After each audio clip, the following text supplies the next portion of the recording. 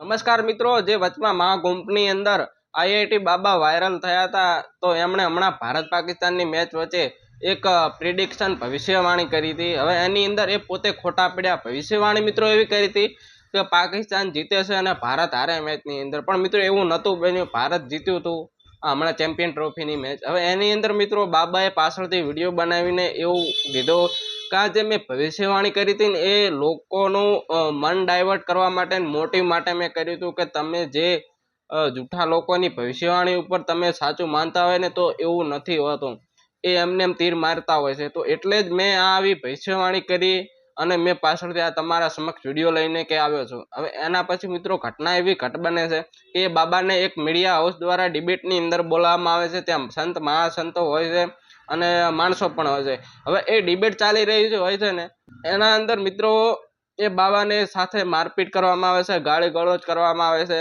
કે તું પાકિસ્તાની છે, કેમ પાકિસ્તાનને સપોર્ટ કર્યો, કેમ ભારત વિરુદ્ધ તે ભવિષ્યવાણી કરી. તો મિત્રો એ બાબાનો મોટિવ એવો નહોતો કે પાકિસ્તાની સમક્ષ જઈ અને એમના તરફી બોલવું, પણ એમનો મોટિવ એવો હતો કે લોકોનું મન ડાયવર્ટ કરવું, બદલવું, કે તમે જે અંધવિશ્વાસ માનો છો અથવા તો કોઈની ભવિષ્યવાણી ઉપર તમે માનો છો કે આવું થશે કોઈ. અને બાબા સાથે મારપીટ પણ કરવામાં આવે છે, ગાળી ગલોચ. અને એના પછી એ બાબાએ ફરિયાદ પણ દાખલ કરી પોલીસ સ્ટેશનની અંદર. એનો વિડીયો પણ મિત્રો વાયરલ થયા છે. તો મિત્રો આ કહાની હમણાં હતી વાયરલ બાબાની. થેન્ક યુ મિત્રો. તો તમે કોઈ અંધવિશ્વાસની અંદર ના પડતા અને કોઈની ભવિષ્યવાણી પણ ના માનતા, બરાબર? તમને જે મગજની અંદર સૂજે, જે વિચારો 5 લોકો ભેગા થઈને એ જ માનજો. થેન્ક યુ મિત્રો. આ કળિયુગ છે, ફોલો કરજો.